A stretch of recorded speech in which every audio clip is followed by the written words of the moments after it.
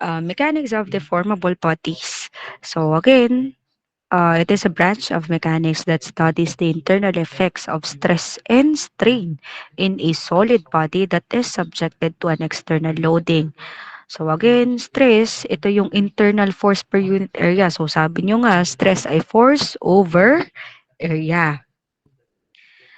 So may tatlong types tayo ng stress. Tensile stress. Pag sinabing tensile, yun ay material is being stretched. Okay? Ini-stretch niya yung ating material. Compressive stress, ito naman yung when the material is being compressed. Kinocompress naman. And lastly, shear stress. Ito yung when the material is subjected to parallel forces. So yung tensile at compressive, yan ay perpendicular force. While si shear, parallel forces or nag-i-slide siya. Pag sinabing parallel, nag-i-slide yung kanyang motion. Next, yung strain naman. So, pag sinabing strain, ito naman yung deformation or the measurement of deformation representing the displacement between particles in the material body relative to a reference length. So, meron din tayong tatlong types ng strain, which is tensile, compressive, and shear strain. So, pag tensile ulit, yung material natin nag-elongates or humahaba. Pag compressive, yung material natin nagso-shortens or umiikli. And pag yung shear strain, yung material natin nadidistort. Okay? Or nagtitwist. So, yun yung stress and strain. Next, equilibrium of deformable bodies. So, as you can see dun sa picture, meron tayong body. So, isipin yung body yan na. So, a body is subjected to two types of external loads. May dalawang types daw ng external loads. Una, si surface forces and ang pangalawa ay si body forces. Ano po yung surface forces at ano po yung body forces?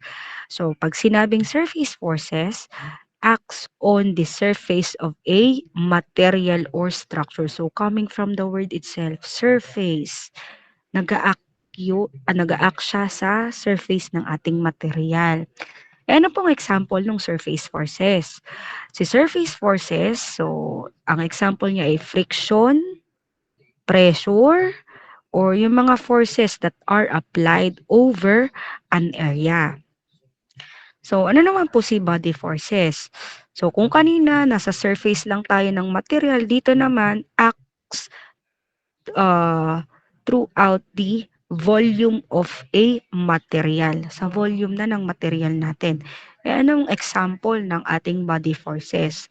So, una dyan is yung gravitational force, yung electromagnetic force, and inertial forces. So, yun yung difference between surface forces and si body forces. So, ngayon, yan. Concentrated force. So, dito sa concentrated force, if this area is small in comparison with the total surface area of the body, then yung surface force mo can be idealized or can be categorized as a single concentrated force. Or, it is also known as the point load or point force. Bakit po point load o point force? So, nakita nyo, iisa lang yung arrowhead niya. Okay? Kaya natin tinawag siya na point load kasi iisa po or applied siya at a specific point dun sa iisang point lang yun, na yun. Kaya yan yung tinatawag na concentrated force. So dito sa next slide, yan. Ito naman yung linear distributed load. So makikita nyo yung difference, no? Dumami yung arrowhead. Kung kanina, concentrated load or point load ang tawag kasi sa isa lang siya. At sa isang point lang din siya. Eh dito ang dami, from one end to another end, ang daming arrowheads. So ang tawag dito is uniformly distributed load. So itong uniformly distributed load, so as you can see, equal yung kanyang forces pamula point A to point B. Okay? Equal siya. Ngayon, pag yan, ito naman yung uniform varying load. So, nung napansin nyo, dito varying yung kanyang forces. So, katulad nun, meron tayong triangle. Iba't iba yung height ng ating arrowhead. Kaya nga tinawag na varying, di ba? So, yung kanina, distributed or uniformly distributed load kasi equal yung load niya. Yung isa, yung unang-una, concentrated load or point load. Kaya tinawag na point, isang point lang or yung force natin is nasa specific point lang. Kaya tinawag na point load. So, yan yung types ng ating surface forces. Okay, next na. Body forces. Yan. So, ito. Ulitin ko ha. Tatandaan nyo tong table na to. Okay, kailangan yung tandaan sa ayaw sa hindi. Pero please lang, kailangan nyo po siyang sauluhin ha.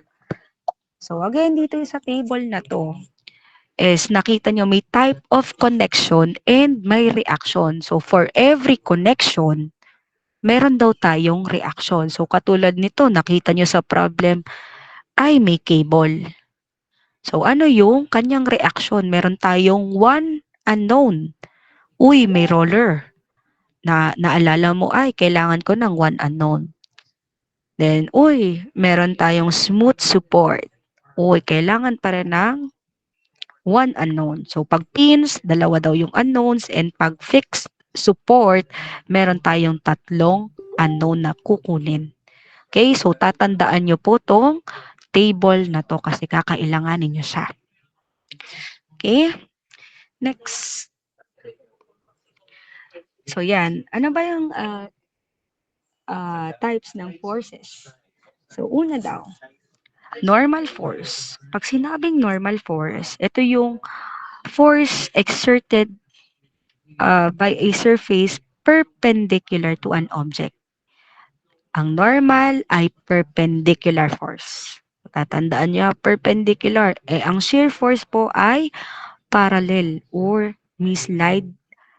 sliding motion. And ang torsional, yan naman yung nagtitwist. So, nakita nyo, twist, di ba? Torsional or torque. Again, normal force, perpendicular, shear force, parallel, and torsional ay nagtitwist. Twisting motion. Lastly is bending. So, pag sinabing bending, it is caused by the external loads.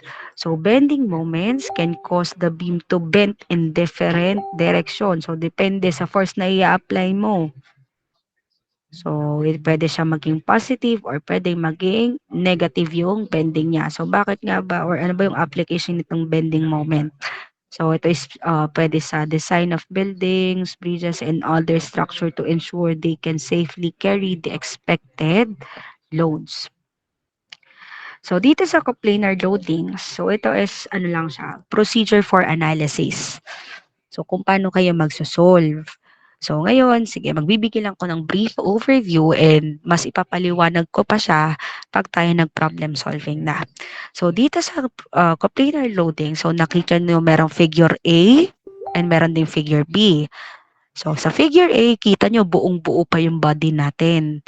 So, ngayon, ang mga question kasi natin sa problem is, ano ba yung internal loads ng section na yon? So, kaya mapapansin nyo, dun sa section B, okay? Hinati natin yung body natin kasi gusto nating malaman yung internal load. Okay? 'Di ba? Katulad natin, may internal din tayo, 'di ba? So, 'yan. Hinati natin para makuha natin yung internal loadings. So, sige, hindi ko na pakakaanahin tong coplanar loadings kasi mas di-discuss ko siya habang nagpa-problem solving tayo.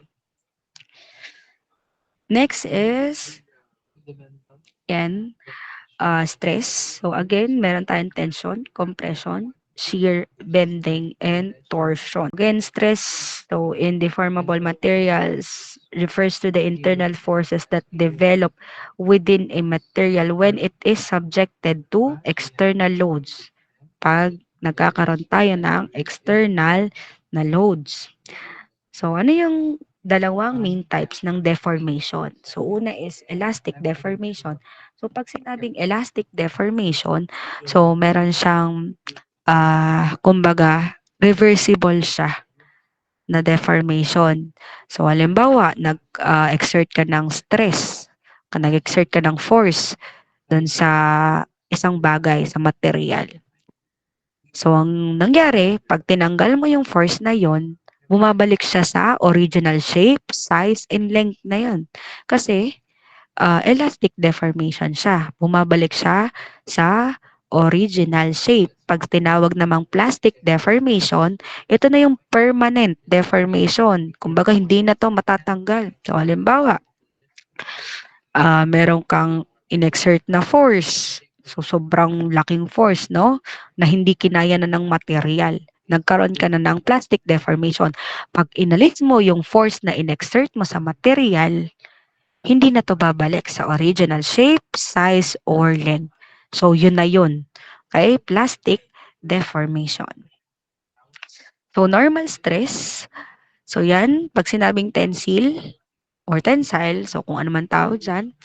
So, tensile, ini-stretch mo lang yung material. Then, yung ang formula dito is force over area. Same with compressive lang. So, pag sinabi namang compressive, so, kumbaga, compress mo lang yung material. Pero same formula rin naman for stress. So, force over area. So, as you can see, again, perpendicular po yung ating force dun sa ating material. Pag normal. So, procedure for analysis, later na lang ulit para mas maintindihan nyo. Then yan, last, shear stress. So, pag single shear, so, ang kanya daw internal resultant shear force ay equal sa force. So, ganun, ang shear stress, so, iniba lang yung ating symbol dyan. So, para may distinction lang tayo. So, kung kanina, di ba, sigma, ngayon ay tau. Pero pala siyang stress. Okay? Is equal to V over A. Itong V over A, force over area lang din naman yan. So, para lang may alam natin kung ano ba yung shear, ano ba yung normal. So, pag sinabing single shear, ito ay isa lang yung lap joint. Pag sinabing double shear, dalawa or double lap joint. So, yun, nakita nyo yung formula. Pag double shear, so yung internal resultant force natin ay equal sa force over 2. I-divide natin ang i-define natin by 2 yung force natin pag double shear. Okay? Any questions or clarifications before ako mag-proceed sa problem solving? Questions? Yes po. Hello po ma'am, yung PowerPoint po ay parang naka-zoom out. Maliit po siya sa screen ko po. Maliit. Ito to. Okay na? Ano Wait po lang. ma'am, medyo malabo pa rin po. Malabo pa rin. Yan. Ayan po, okay na po ganyan. Okay. Sorry. Sige. Okay. Thank you po. So, yun, nakita niyo na force is equal to internal resultant shear force. And pag double shear, divide nyo lang by 2 yung ating force. So, yun. So, take note lang na babasahin yung maiki ha, yung mga problems. Kasi baka mamaya sabihin double shear. Tapos ang ginawa mo, inequal mo lang siya sa force. Okay? Okay. Questions, clarifications before I proceed sa ating problem solving.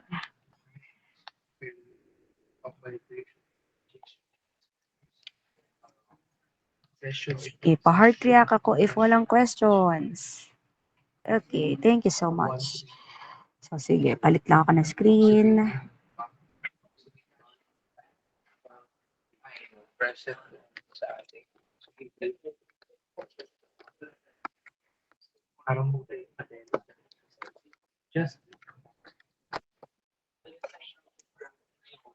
Wait lang ha.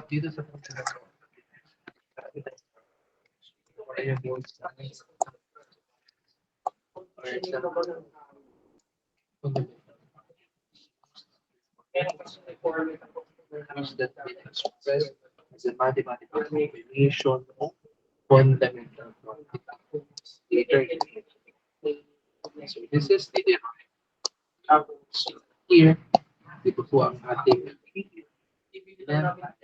that's where tayo nag-derive with A. We have Okay, so kita na ba yung sample problem number 1 natin? Okay. So, sige, pag hindi, or pag nalilito ha, taas lang ng kamay ha. Okay, for sample problem number 1, determine the resultant internal loadings acting on the cross-section at C of the cantilever beam shown in figure A. So, as you can see, meron daw tayong beam dito. So, ang sabi, find yung ating internal loadings at C. Okay? So, meaning kailangan natin kunin daw yung normal force natin at C, shear force at point C, and yung moments at point C. Lagay natin, ito yung normal, ito yung shear, at ito yung ating moment. So, ito yung ating unknown sa problem. So, ngayon, meron kang option 1 and option 2. So, paano ko ba makukuha, ma'am, yung internal loadings at C? So, di ba nakita nyo kanina may hinati sa ating figure. So, ngayon, hahatiin din natin to sa C. Okay, dito, sa part na to. Kasi, ang sabi, kailangan nating hanapin yung internal loadings at point C. So, hahatiin natin yung ating cantilever beam sa dalawa. So, ngayon, magkakaroon ka ng option 1 at option 2. So, pwede mong gamitin tong segment AC, pwede din tong segment BC. So, depende sa'yo. Okay lang kung kahit anong gamitin mo. So, pero syempre, ipapakita ko muna sa inyo yung pares na option kung ano bang mas madali para sa inyo. So, ang unahin ko munang ipakita is itong option CB. Okay? Solution. So, gamit yung CB. Okay? So, ngayon, ba't natin hinati ulit? Kasi, ang gusto, internal loadings. Okay? Ba't sa C? Kasi, ang gusto, at point C. So, unahin natin tong CB. So, ang gagawin ko, i-redraw ko lang yung ating figure. Considering CB lang. Okay? CB. Distance na 6 meters. Okay? So, ngayon, since ito ay 270 newtons for ito yung height ng yung pinakamataas na height ng ating triangle 270. Ngayon, ano to? Itong height sa buwan. Sa tingin nyo, ano tong height na to? Paano nyo makukompute yung height na yon? Itong H1. H sa buwan.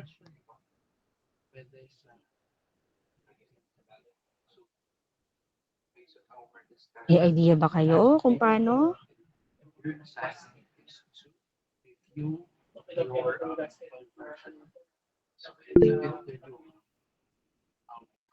Yes po. Similar triangles po. Bali po, Okay. mag-ratio po tayo.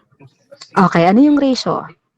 Ratio po is yung height po na 270 Newton per meter over yung whole width po nung triangle, which is 9 meters.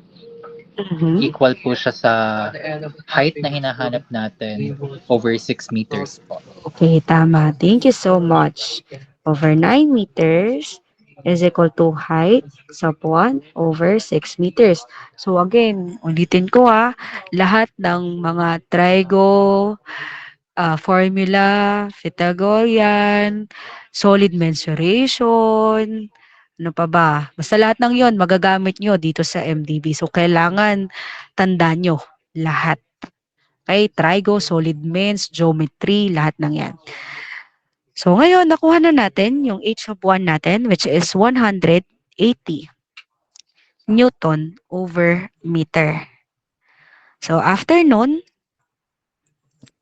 ang gagawin natin is, since ito ay uniform varying load, 'di ba? Uniform varying load. Ang gusto ko po lang ay concentrated load. So lagi nating i-convert yung ating UVL. So pag sinabing UVL, uniform varying load, yan, uniform. Lagi nating i-convert yan into point load or this concentrated load. Ko-convert na natin siya sa concentrated load.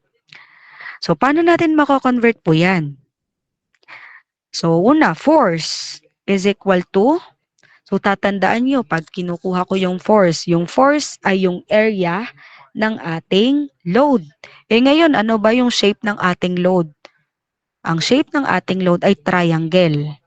Okay? Triangle yan, di ba? Eh ngayon, ano ang area niyan? Ma'am, 1/2 times base times height. So, yun na yung force. Yun yung area kung yun yung area ng ating load. Okay? Force is equal to 1/2 times base, 6 meters, times yung ating nakuhang height na 180.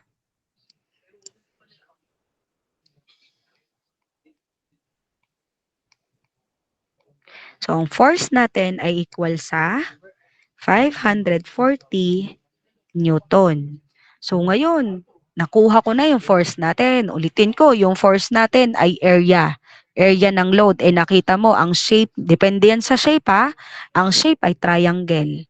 Eh, ano ang area ng triangle? Anong formula? 1/2 base times height. Yun na yung force natin. Next, X bar. Pag sinabing X bar, ito yung centroid. Yung center ng ating shape. Ano ba yung center? Anong formula ng center ng ating triangle? So, di ba meron tayong formula na 1/3 times base. Okay? So, review lang to ng mga pang trigo ba to? Or geometry. 1/3 times base na 6 meters. So, ano yung centroid natin? X bar is equal to 2 meters. So, hindi laging ganito yung formula ha. Depende sa shape and sa direction. So, for example, nakabaliktad itong ating triangle. Baliktad siya. So, iba yung magiging centroid niya. Hindi siya 1/3. Hindi mo gagamitin yung 1/3 kasi nakabaliktad yung ating triangle.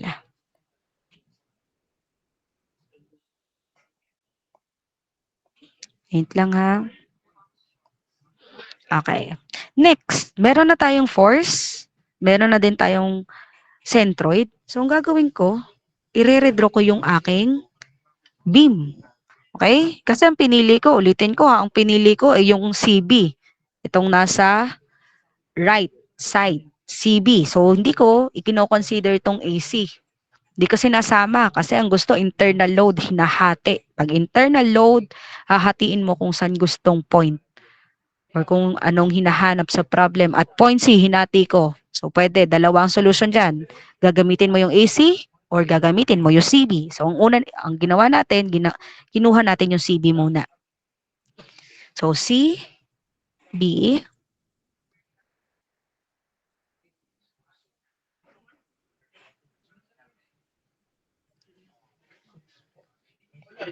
so, di ba, meron tayong 6 meters na kabuuan. So, ang gagawin ko, hahatiin ko lang siya ng tigto 2 meters. So, same pa rin naman kasi ang total naman ay 6 meters from C to B. 2 meters plus 2 meters plus 2 meters, 6 meters pa rin. Hinati lang ni ma'am. So, next, ilalagay na natin yung load natin. Ang sabi, 540 newtons at 2 meters. So, 2 meters from point C. So, 540 newtons. Okay? Next, na-convert mo na. So, napansin nyo, no? Kinonvert natin from UVL. So, nakita nyo, ang daming arrowheads. Kinonvert natin into concentrated load. Isang point lang sa specific, sa specific point sa beam or yon. Basta kinonvert natin siya into point load or concentrated load. From madaming araw to iisang arrowhead lang. Okay? Next is, so ito na yung procedure for analysis kasi medyo nakakalito pag binasa ko lang sa inyo. So after nun, i-compute na natin yung unknown which is yung mga resultant loadings at point C. So ngayon, lalagayan ko na ng normal force papunta sa right. Take note, assumption lang to ni ma'am na papunta sa right. Pwede tong papunta sa left or magne-negative to pag mali yung direction ni ma'am. Okay? So, depende sa inyo. Pwedeng pa left to, pwedeng pa right. So, yun yung normal force. Okay? Laging sa x-axis. Or basta parallel pala. Parallel sa inyong material. Next is assumption pa rin to. Hula lang to ni ma'am na ang direction ng ating shear force ay pataas. And assumption ni ma'am sa moments ay pa clockwise. So after nun, solution. So yan, solution ulit. So summation of f x is equal to 0 or, so ito, kasi nag-or ako. Bakit ma'am? Kasi dati, habang nagche-check ako, nalilito yung mga bata if positive, negative, basta ine-equate sa 0. So kaya ang ginawa ko, left is equal to right. Lahat ng forces sa left ay equal sa lahat ng forces sa right. So, dito sa ating figure, ano ang forces papunta sa left? Sa tingin nyo, ano ang mga forces papunta sa left?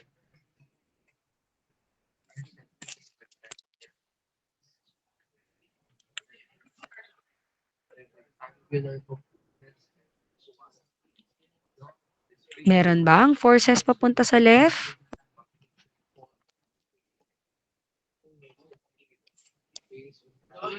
So, dito lang kayo titingin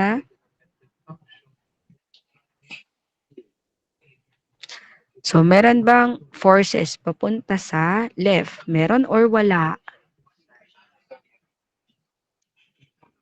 Wala po. Okay. So, sige. Hindi ko kasi makita yung react. Sorry na. So, unmute na lang kayo. So, 0 is equal to, ano yung forces papunta sa kanan? Sa right. Sa tingin nyo, ano yung mga forces papunta sa kanan?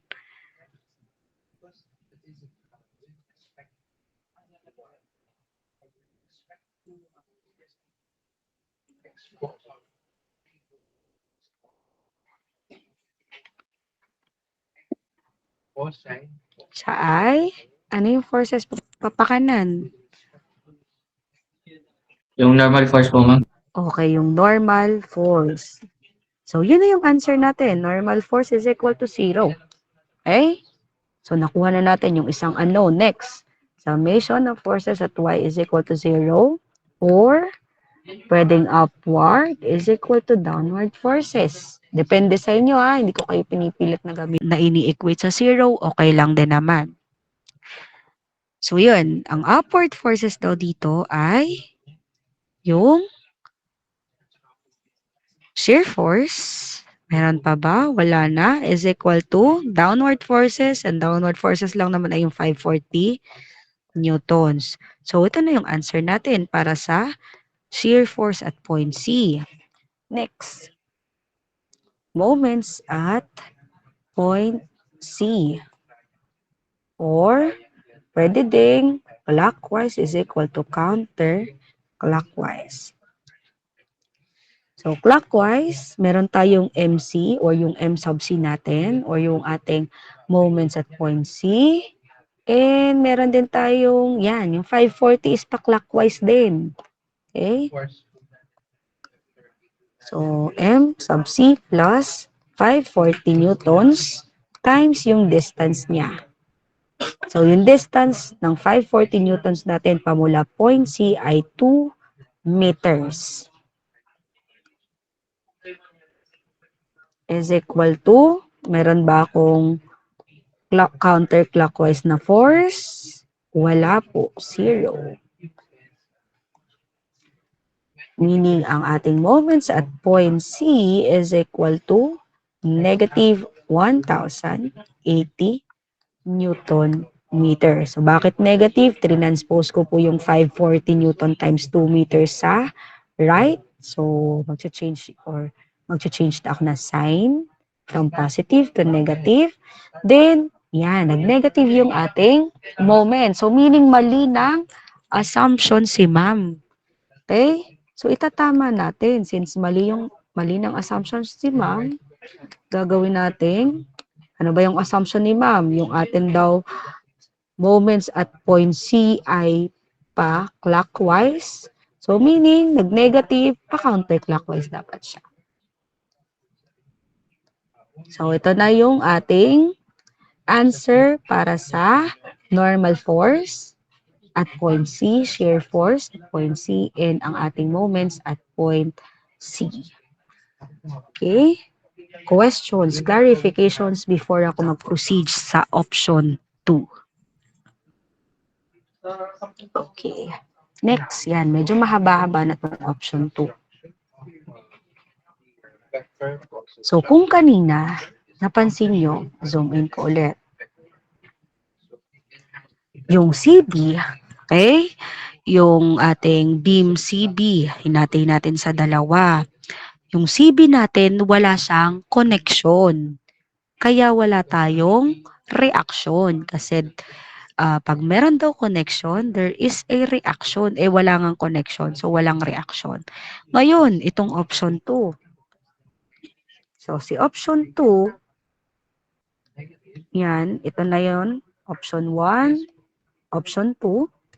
So, mapapansin nyo, si option 2, meron tayong, sa tingin nyo, ano yung difference ni option 1 kay option 2?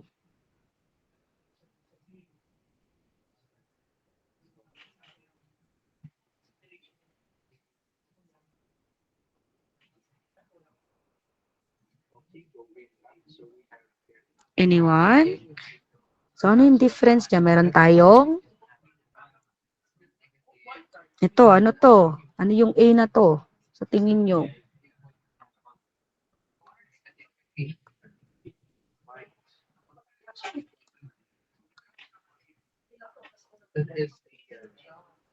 So, meron tayong fixed support. Okay, may fixed support tayo dito. Pag pinili ko tong option 2, mas mahahaba po ma'am, mas matatagalan ako ng pagsosolve. Kasi po meron akong fixed support. Kung babalikan mo yung table kanina na present ko, yung sabi kong sauluhin nyo, yung connection reaction, pag may fixed support ka, kailangan mong hanapin yung tatlong unknowns. And kailangan mo muna siyang hanapin bago mo hatiin yung iyong beam. Okay? Ulitin ko. Hahanapin nyo muna yung reaction o yung unknowns ng connection nyo bago nyo hatiin yung inyong beam sa dalawa. So, ang gagawin natin, option 2,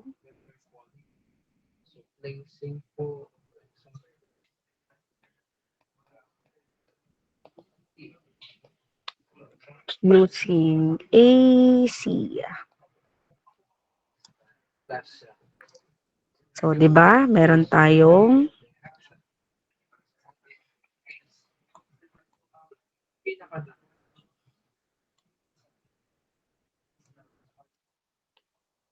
Kahit gaano kadaming vector activity sa atin, ang point origin papunta sa dulong vector sa last. So, redraw ko lang siya. So, meron daw akong 270 Newton meter. Meron akong A, B, and C. So, pansin nyo, hindi ko siya hinati. Unlike dun sa option 2 na hinati ko agad. Ito, hindi muna. Kasi meron akong fixed support at point A. So, dito daw, meron fixed support. So, sige, para mas maintindihan nyo. So, tingnan nyo ulit to, yung A, diba? Okay, yung point A natin, may fixed support.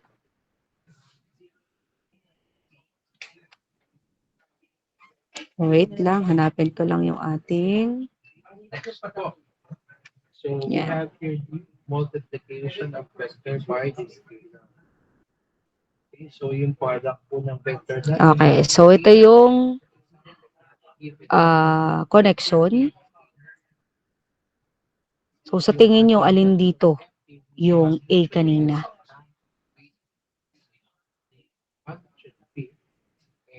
That is simply Aling connection yon? Fixed support po. Okay, yung fixed support. So, sabi sa fixed support, thank you so much, type of connection, fixed support. Ang sabi, ang reaction daw, meron ka daw 3 unknowns, which is si f sub x, f sub y, at si moments. So, yun yung i-compute natin bago natin hatiin. Okay, bago natin hatiin yung beam.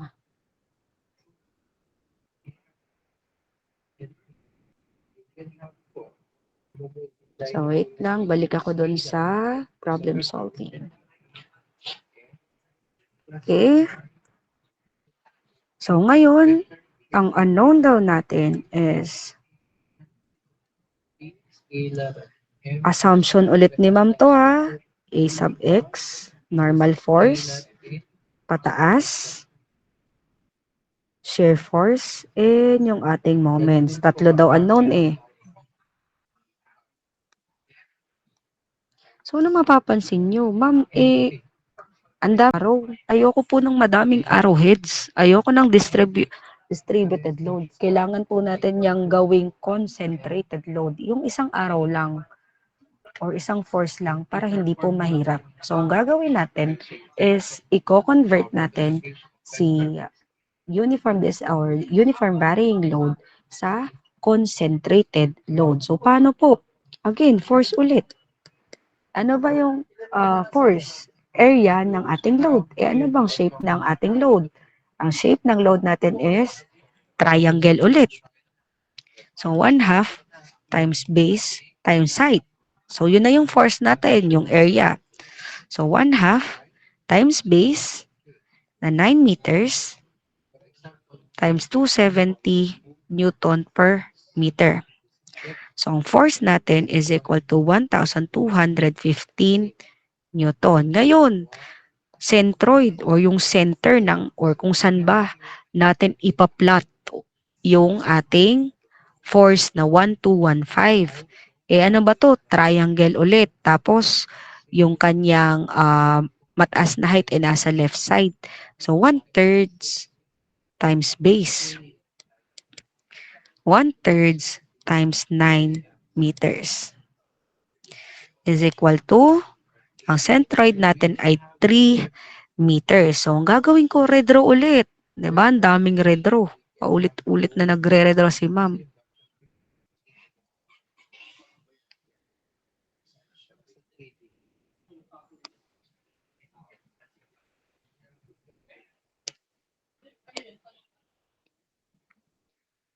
So, meron tayong A na 3 meters ulit. Distance niya sa point C and itong 6 meters distance niya sa B. So, ngayon, ang centroid daw is 3 meters. Then, meron daw akong na-compute na 1,215 na force. So, nandito siya, no? Newtons. So, distance niya ay 3 meters. So, again, lagay lang natin yung unknown. So, itong unknown na to ay para lang sa reaction or dun sa connection ha. Hindi pa to yung ating mismong unknown sa problem. Kasi kaya natin ginawa to, kaya natin sinolve muna yung kabuuan kasi nga may connection. Okay? Yung pinili nating side is may connection. So, isosolve muna natin yung reaction dun sa connection before natin nahatiin. Okay, next. So, summation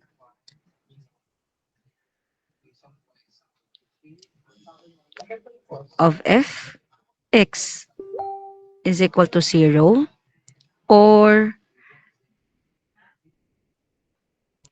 forces papunta sa left is equal to forces papunta sa right.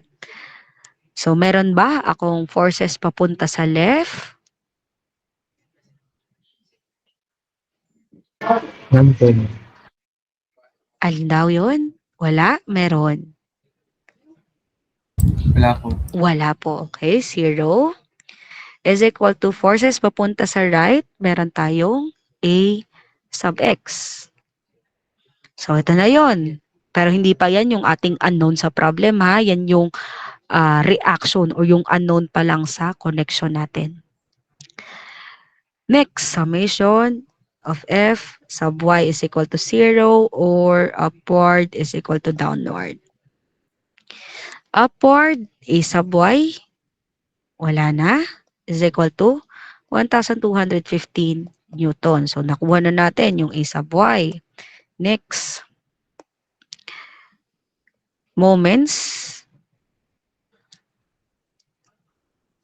at a sub z or clockwise is equal to counterclockwise. So, we have clockwise a sub z plus yung ating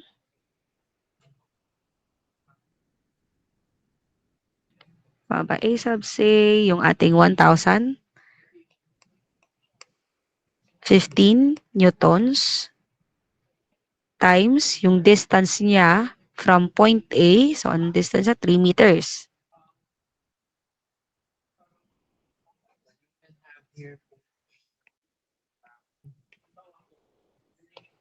Then, meron pa ba? Wala na.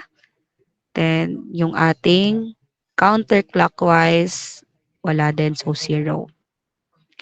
So, A sub Z is equal to, transpose natin yung ating 1,215 and 3 meters sa right side ng ating equation. So, magiging negative siya. So, negative 3,645 Newton meter. So, meaning, negative siya, mali po ang assumption ni ma'am. 3,645 Newton meter. So, kung kanina ay or yung ating assumption is clockwise, so gagawin natin counterclockwise para mag-positive. So, hindi pa dito tatapos yung ating computation. Kasi hindi pa naman to yung unknown mismo ng problem natin. Okay, dyan nakakapagod to. So after nun, na-compute ko na. Okay, computed na yung ating reaction ng ating connection. So pwede ko na siyang hatiin. Kasi na-compute ko na eh. So ngayon, hahatiin ko na siya. Kukunin ko na yung AC.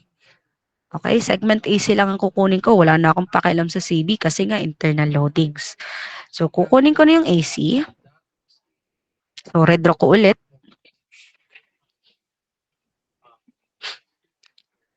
So, AC.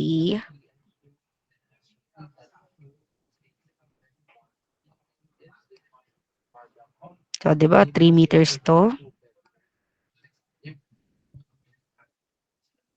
can have here, for example, P, vector P, and vector Q is equal to 1. We can have both P, Q is equal to. Okay, so ngayon, ilalagay ko na yung ating assumption, ay yung ating values kanina for yung sa connection natin. Di ba, meron daw tayong yung A sub X. Then, meron din tayong A sub Y and yung ating moments na, or mali, kasi ginawa nga pala natin siyang positive. Kaya ang positive niya ay counterclockwise. So ito, merong 270 Newton per meter. So ngayon, kukumputin na natin yung resultant internal loadings. So yung resultant loadings, so assumption ulit, normal force at point C, shear force at point C, and moments at point C. Assumption to ha, pwedeng iba yung assumption nyo sa assumption ko. Pwedeng mali si ma'am, tama kayo ng assumption. Okay, so anong napapansin nyo? Meron na naman tayong arrowheads. Dami na naman, no? So anong gusto natin gawin? I-convert ulit sa point load, 'di ba? Gusto na naman natin i-convert sa point load. So anong gagawin natin? So anong shape to? Sa tingin nyo anong shape to?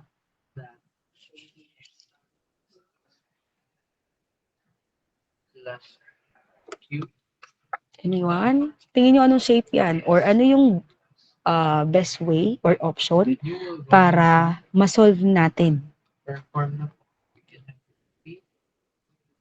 P N plus P T then plus Q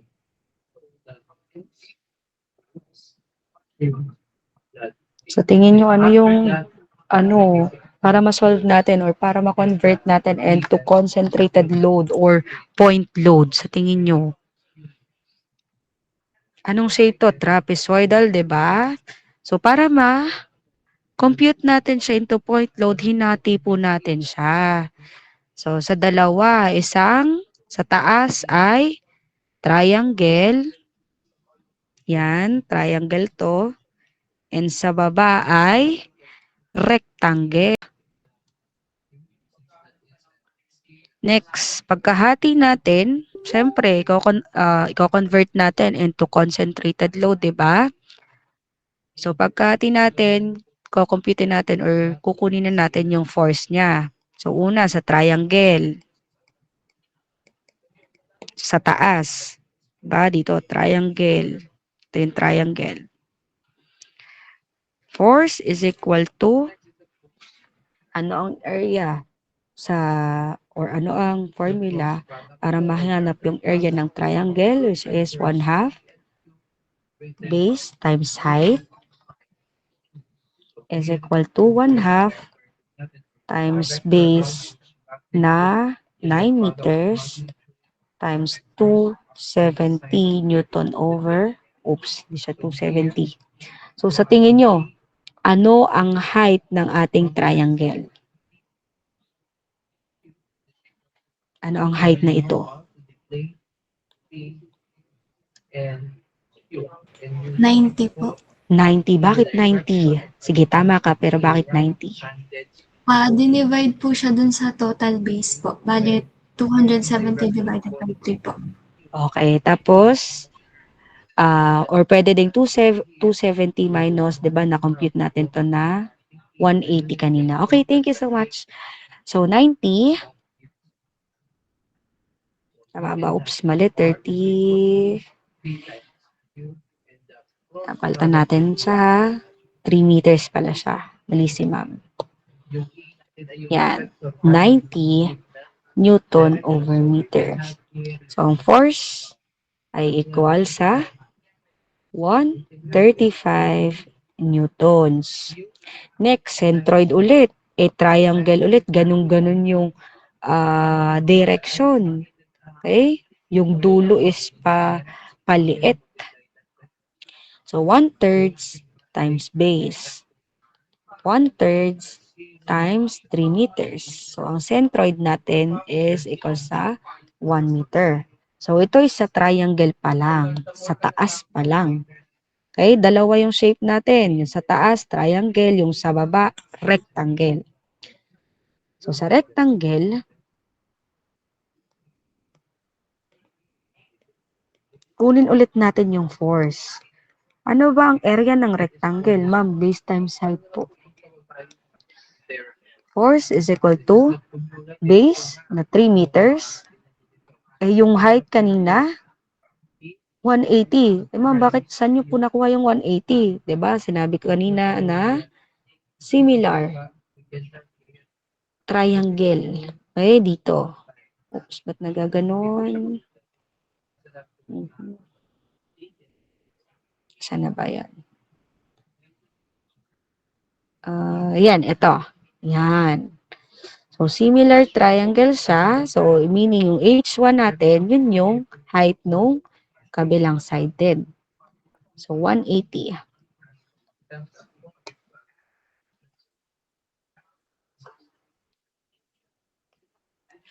If you have any questions. So, force is equal to 540 Newton. Then, X bar. Centroid ng rectangle. Eh, ano ba pag centroid ng rectangle? 1/2 times base lang siya. 1/2 times 3 meters. So, X bar or the centroid is equal sa 1.5 meters. So later we will go into Okay? So, ngayon, okay na. Wala nang shape eh. Tapos na lahat natin. Okay na yung taas, okay na yung baba. So, pwede na natin siyang i-redraw. Ay, redraw ulit. Diba? Ang dami nating kare-redraw.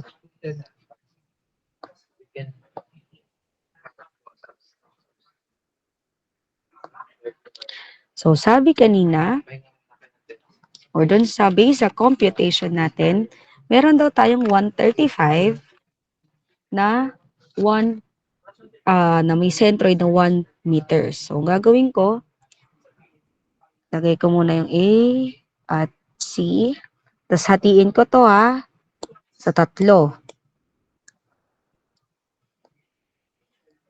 1 meter, 1 meter, 1 meter. Ang total, 3 meters. Hinati-hati ko lang So, yan. Total, 3 meters. Hinati-hati ko lang yung ating beam. Pero 3 meters pa rin yung total. So, ngayon, sa 1 meter daw, nandun daw yung ating 135. So, nandito siya. 135 newtons. Ngayon, itong 540 newtons, so itong nasa rectangle, 540, nasa 1.5 daw. Dito daw sa 1.5. So, nandito yun, no? Kalahati. So, ngayon, lalagay ulit natin yung ating reaction. AX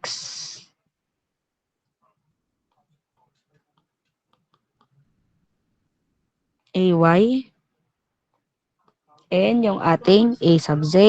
So, may values na naman tayo na na-compute kanina. Next, pwede na nating makompute yung ating internal forces. Wait lang Anong oras ba tayo? Until 2:30. Okay. Yung internal forces natin, which is assumption ulit to ni ma'am, normal force, shear force, and yung ating moments at point C. Assumption po ulit, depende sa inyo kung saang direction. Pwede nyong pagpalit-palitin ng direction.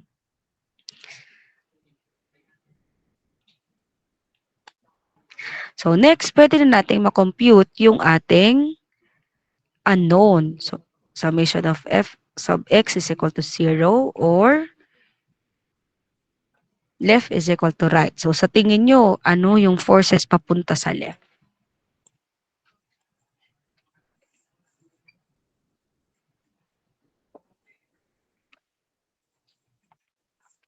Ano yung forces papunta sa left?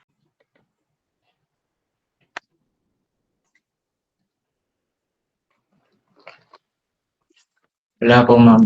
Wala po, ma'am. Okay, thank you. Then, papunta sa right, meron tayong NC or yung ating N sub C or yung ating normal force at point C and yung ating A sub X. 0 is equal to N sub C. Eh ngayon, ano ba yung na-compute nating A sub X? kanina. Okay, yung A sub x daw ay equal sa 0. So, lagay lang natin A sub x ay equal sa 0.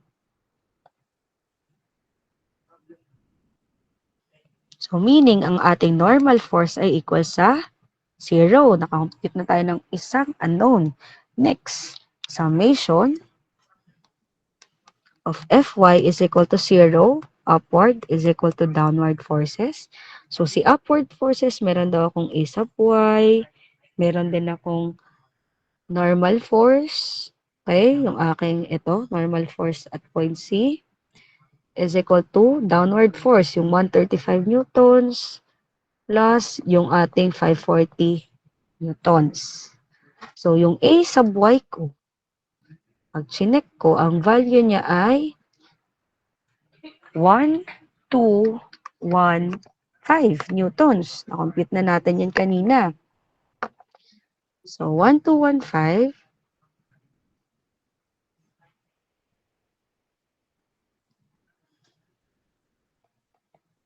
plus yung ating unknown na normal force, na shear force at point C plus yung ating downward forces.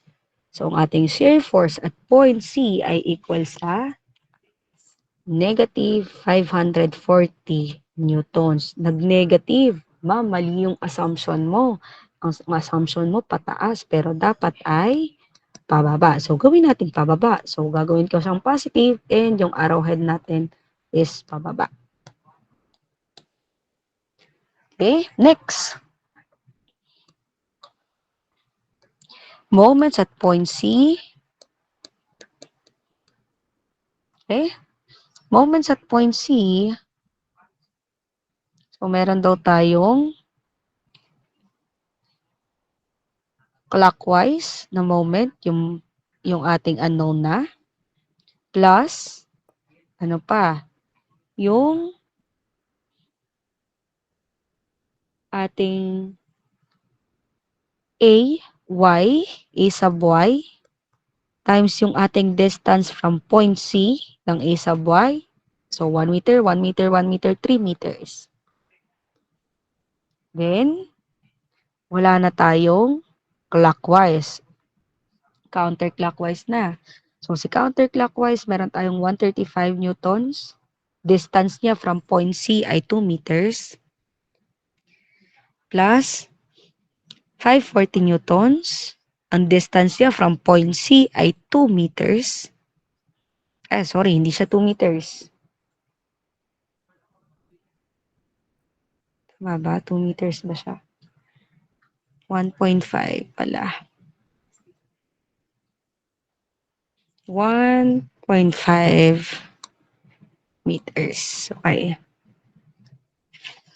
Then, plus yung ating, ano pa yung counterclockwise? Yung ating kakakuha lang kanina na A sub A. So, A sub A. So, ngayon, yung values na nakuha natin ng A sub Y and A sub A, sa-substitute na natin sa ating equation. So, M sub C plus A sub Y.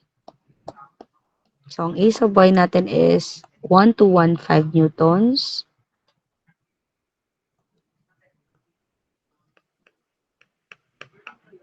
times 3 meters is equal to 270 Newton meter plus 810 Newton meter plus yung A sub Z natin. Ang A sub Z natin ay 3645 Newton meter.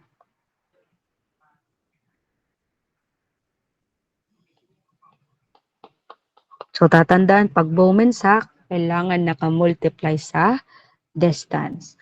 So, solving for M sub C is equal to 1,080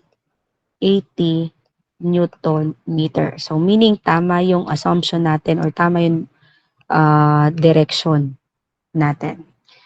Okay? So, any questions or clarifications? May questions ba? Clarifications para sa option 2? Wala po. Okay, wala. So, yun. So, as you can see, tandaan nyo yung values. NC is equal to 0. Normal force at point C is equal to 0. Shear force at point C is equal to 540. And yung ating moments at point C, 1,080. So, check natin tong option 2 na to kung same ba siya ng answer kanina sa option 1. Yan. So, ito yung ating answer para sa kanina, nung nag-option 1 tayo. So, 0 daw ang normal force. Check. Same. Shear force at point C, 540, same pa rin. And moments at point C na 1,080, same din. So, ulitin ko, kahit ano ang gamitin nyo, okay lang. Depende na lang kung may gusto yung, halimbawa, may gusto si ma'am na dun sa may connection ka magsosolve. Okay? So, again, yung option 1, yung una nating ginawa kanina, kaya mabilis lang kasi wala siyang connection. Okay? So, nakita niyo walang connection, hinati ko lang siya basta. Pero kung ang gusto nyong gamitin ay si option 2, nakita niyo may connection, huwag niyo muna hahatiin. I-solve niyo muna yung reaction dun sa connection bago niyo siya hatiin. So, kailangan niyo talagang sauluhin yung table. Okay? So, sige, next. So, sample problem 2. So, determine the resultant internal loadings acting on cross-section at C of the machine shaft shown in figure below. So, the shaft is supported by journal bearings at A and at B, which only exerts vertical forces on the shaft. So base na sa given, meron daw vertical forces. Internal loadings ulit at point C ulit. Okay? So, kayo, nahatiin ko na agad sa point C. Yan. Or naglagay lang pala. Hindi ko pa natin, naglagay lang ako ng line para malaman ko kung ano ba yung hatian or ano ba yung pipiliin ko, kung kaliwa ba o kanan. So, ngayon, sinek mo.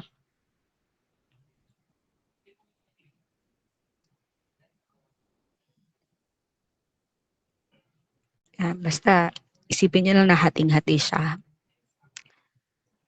So, pipiliin mo if AC ba, option 1,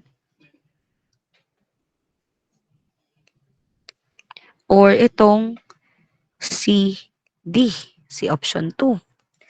So, ngayon, ano napansin nyo? Meron tayong, sinabi rin naman sa problem, supported by journal bearings at point A at point B, which only exerts vertical forces. So, ngayon, syempre, kung halimbawa ako, pipiliin ko yung walang connection. 'Di ba? Kasi ang haba-haba naman ma'am na may connection. So, kung ako, pipiliin ko yung walang connection. Pero dito sa problem na to, makikita nyo, at point A, may connection daw siya. Vertical only exerts vertical forces. So, A sub Y. And dito sa kabila, meron din sa B. Okay. O, 'di ba? Ang boring, no? Dalawa. Yung merong connection. Magkabila pa. So, ang gagawin natin, bago natin hatiin, isolve muna natin yung A, Y, and B, Y. So, para ma-solve yung A, Y, at B, Y, so makikita nyo, meron na naman tayong UDL or the Uniform Distributed Load, yung 800 Newton per meter. Ang dami na namang araw. So, isipin nyo, allergic kayo sa mga araw. Ayaw nyo ng madami. Anong gagawin natin? So, una, force is equal to, ano bang shape yon? Rectangle. Base times height. Base ng ating 800 Newton. So, pamula dito hanggang dito daw, ano to? 50 at 100. So, 50 mm plus 100 mm. Okay. So, i-convert ko siya into meters times yung height natin. So, ang height natin ay yung 800 newton per meter. Force is equal to 120 newton. Ngayon, yung X bar natin, nasan ba yung ating force dapat? So, ito ay rectangle pa rin. So, 1/2 times base. 1/2 times 50 mm plus 100 mm times 1 meters over 1,000 mm. So, ang ating centroid ay equal sa 0.075 meters. So, ngayon, nakuha ko na yung ating force, yung ating centroid. So, pwede ko nang i-redraw siya.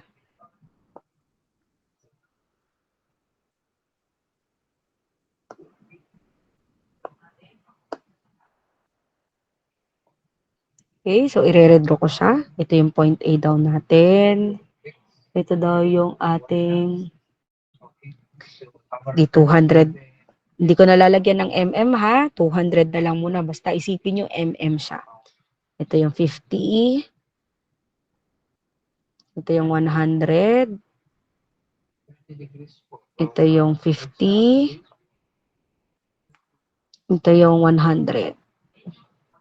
Okay, so nilagyan ko lang na siya ng distance. Huwag kayong malilito. Medyo, yan, 250, 150, 100. So, si AY, ay nandito daw.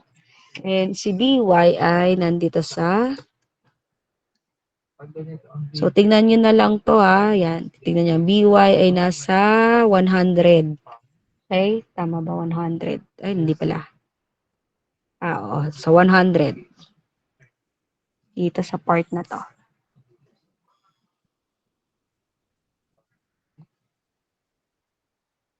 So, ito.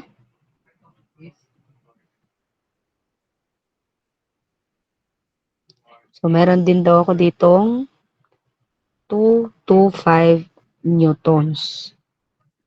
So, ngayon, ipa-plot na natin yung ating kinuhang 120 newton.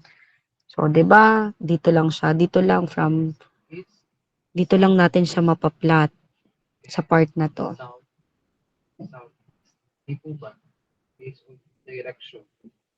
Yan, dito lang sa part na to. Since ito lang yung ating may arrowheads. So, dito lang natin siya ipa-plot. Eh, ngayon, kalahati nga daw. Or, 'di ba, ang centroid ng rectangle is 1/2 times base. Ngayon, kalahati lang siya. So, nandito lang siya, no? So, since 50, ang distance niya ay 50, ito, tsaka 100 mm, dito. So, di-divide to malang yon para makuha mo yung point.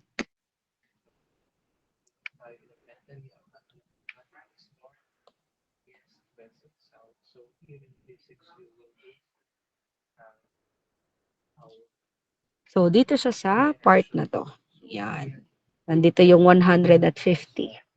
120 newton. Okay?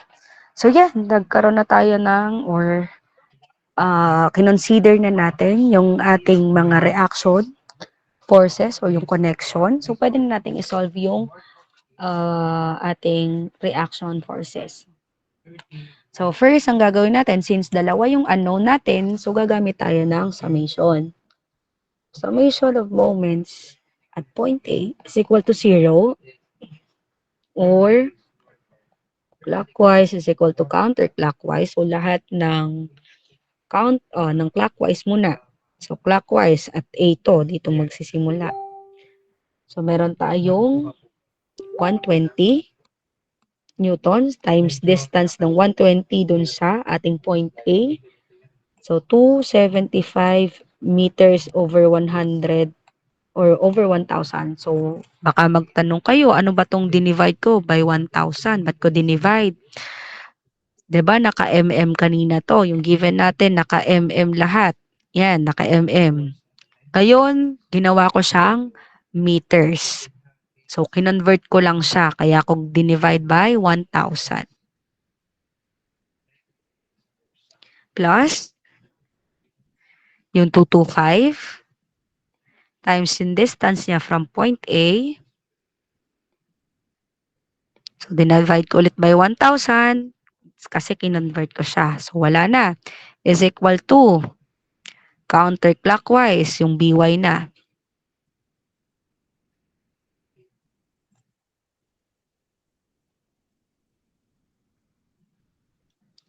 BY times distance 400 meters over 1,000.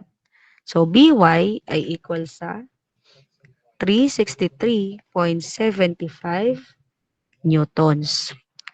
So, meron tayong BY. Isa na lang unknown ang kailangan nating hanapin. So, pwede kang gumamit ng summation of Fy is equal to 0 or pwede rin namang summation moments at B naman. Kanina kasi at A is equal to 0. So, ang gagamitin ko dito, ito na lang Y para makuha yung ating A sub Y. So, pataas, A sub Y, plus pataas pa rin, yung B sub Y is equal to downward forces, 120 Newton plus 225 Newtons. So, meron na tayong BY na 363.75 Newtons is equal to 120 Newton plus 225 Newton. So, A sub Y is equal to negative 18.75 Newton. Negative po siya, meaning mali po yung assumption ni ma'am. So, A sub Y is equal to 18.75 Newton downward force. Di pa yan. Kasi, yan ay reaction forces pa lang. Okay? So, ngayon, halimbawa, ang na-consider ko is itong AC. Ito na lang, option AC, ma'am, yung gamitin nyo. Kasi meron na namang, nakita ko, meron na namang isang load doon, yung 225. Ito na lang, option AC yung gamitin natin. So, pag-practicean nyo yung option 2 ha, yung CD. Akin yung AC. Okay? So, try nyo. So, option 1. Ito ay AC. So, ito ay A.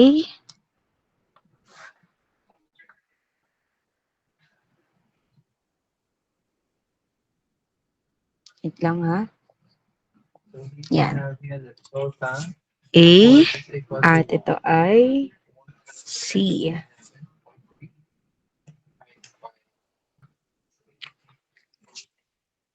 So, ngayon, meron daw tayong 200 mm. So, ilalagay ko na yung 200 mm, then yung 50 mm. So, di ba kanina, yan, meron tayong UDL ulit. Okay? Sinama na ulit natin. Bakit? Kasi, hinati na natin siya. Tapos na tayo mag-compute ng reaction. Pwede ko na siyang hatiin. So, lahat ng pamula dito hanggang dito, isasama ko siya. Eh, meron na hagip na contained UDL. Okay? So, isasama rin natin siya. Yung UDL na yon may base lang na 50 mm. Okay? So, nakita nyo, itong UDL na to, may base lang siya na 50 mm. Okay, 800. So, ngayon, yung ating A sub Y. Diba? Meron tayong A sub Y kanina na downward daw. Ito. So, lalagay ulit natin dito. A sub Y na downward. So, ngayon, pwede ko nang computein yung aking mga unknowns. Ano ba ito?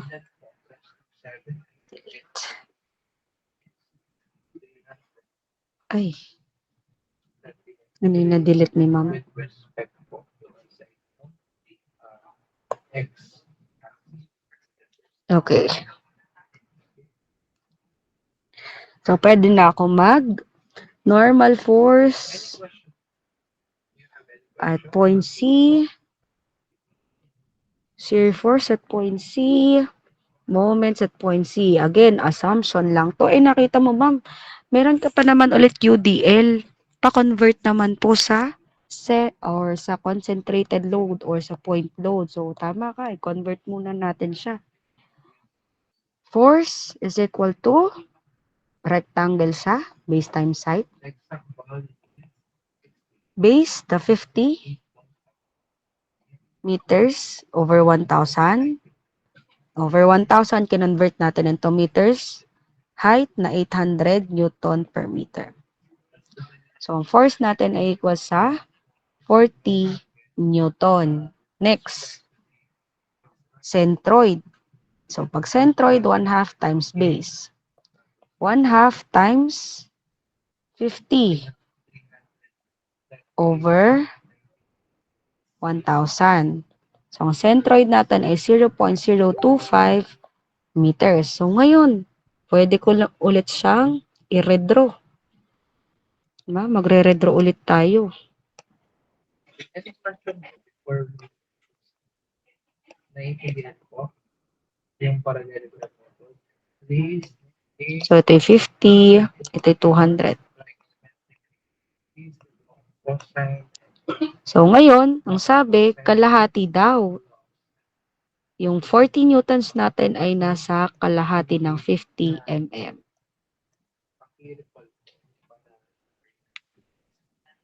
Okay? Next, lagay ulit natin yung ating assumptions. But may madali naman paraan. You can use other methods for So, after nito, solve na for NC, normal force, shear force, and moment at point C.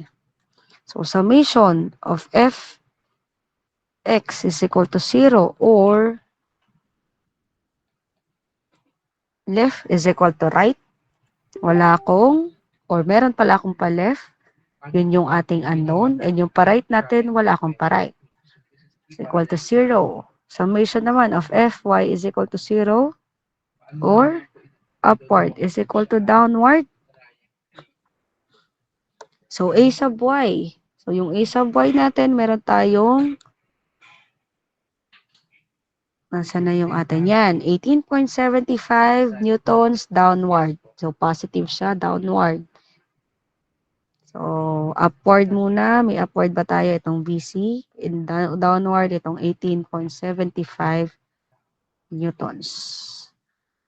May downward pa itong 40 newtons. So, ang ating shear force at point C is equal to 58.75 newtons. And last, summation of moments at point C is equal to 0 or clockwise is equal to counterclockwise. So, yung ating M sub C.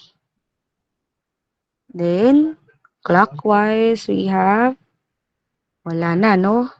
Puro counterclockwise na. So, equals yung ating A sub Y times yung ating distance.